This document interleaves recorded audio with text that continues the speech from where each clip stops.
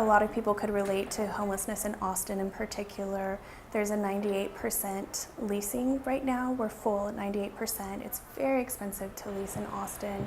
And if you're working paycheck to paycheck, even if you're making $10 to $12 an hour, it's really difficult to survive. If more than half of your paychecks are going towards rent, and one thing happens to set you back, and even if you try and do those payday loans, those have really high interest rates, and you get behind and you risk losing housing.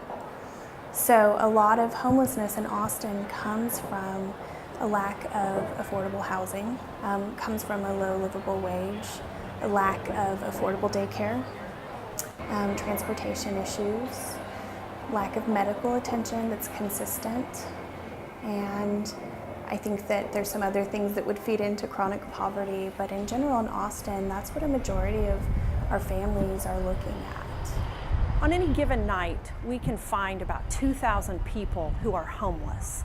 They're in shelters and on the streets. During the day, the visible homeless population tends to be middle-aged panhandlers, but there's so much more to the story.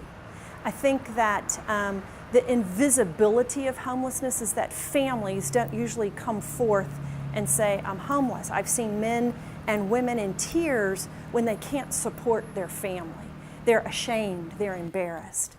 And I think as a community, we need to recognize that there's so many different factors that cause people to fall into homelessness, that we need to help house them and then help them address those components to daily life that challenge them. There's nothing inherently wrong with a homeless person. They eat and breathe and hope just like the rest of us. They get out of bed and have worries and they have stressors just like the rest of us, and they try and problem solve the best that they can. They are people who are experiencing intense levels of stress and need more resources.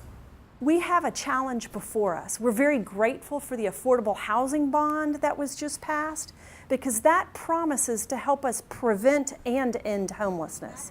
It focuses on the strengths of families that could maintain housing.